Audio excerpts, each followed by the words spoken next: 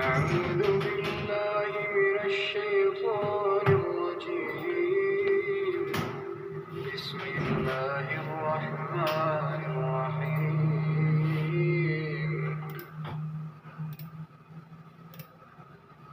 ألم أعهد إليكم يا بني آدم ألا تعبدوا الشيطان إنه لكم عدو مبين ऐ आदम की औलाद, हमने तुमसे कह नहीं दिया था कि शैतान को न पूजना, वो तुम्हारा खुला दुश्मन है। وأن اعبدوني هذا صراط مستقيم और ये कि मेरी ही इबादत करना यही सीधा रास्ता है। ولقد أضل منكم جبلا كثيرا أفلم تكونوا تعقلون और उसने तुम में से बहुत सी खलकत को गुमराह कर दिया था, तो क्या तुम समझते नहीं थे? هذه جهنم التي كنتم توعدون यही वो जहन्नम है जिसकी तुम्हें खबर दी जाती थी। اصلوها اليوم بما كنتم تكفرون सो जो तुम कुफ्र करते रहे हो उसके बदले आज इसमें दाखिल हो जाओ।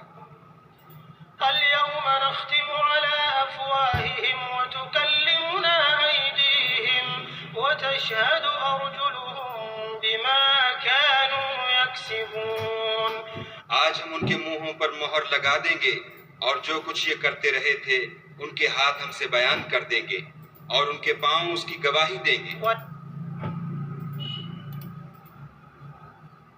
Did I not enjoin upon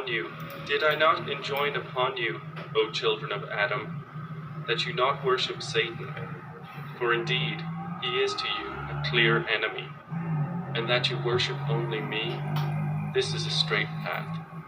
And he had already led astray from among you much of creation, so did you not use reason? This is the hellfire which you were promised. Enter to burn therein today, for what you used to deny. That day we will seal over their mouths, and their hands will speak to us, and their feet will testify about what they used to earn. अब ये अल्लाह पाक कह रहे हैं कि बहुत कम इल्म वाले, बहुत कम ईमान वाले लोग हैं, अक्सर नादान हैं, अक्सर गुमराह हैं, अक्सर चौपायों की तरह हैं, अक्सर नाफरमान हैं, अक्सर बदकिरदार हैं।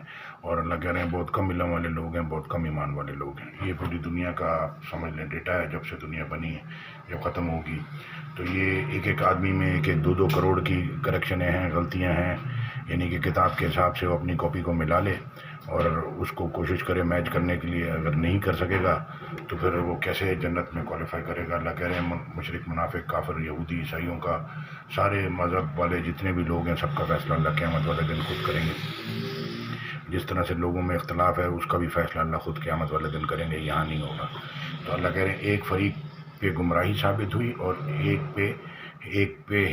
को हिदायत हुई और एक फ़रीक को एक पे गुमराही साबित हो गई।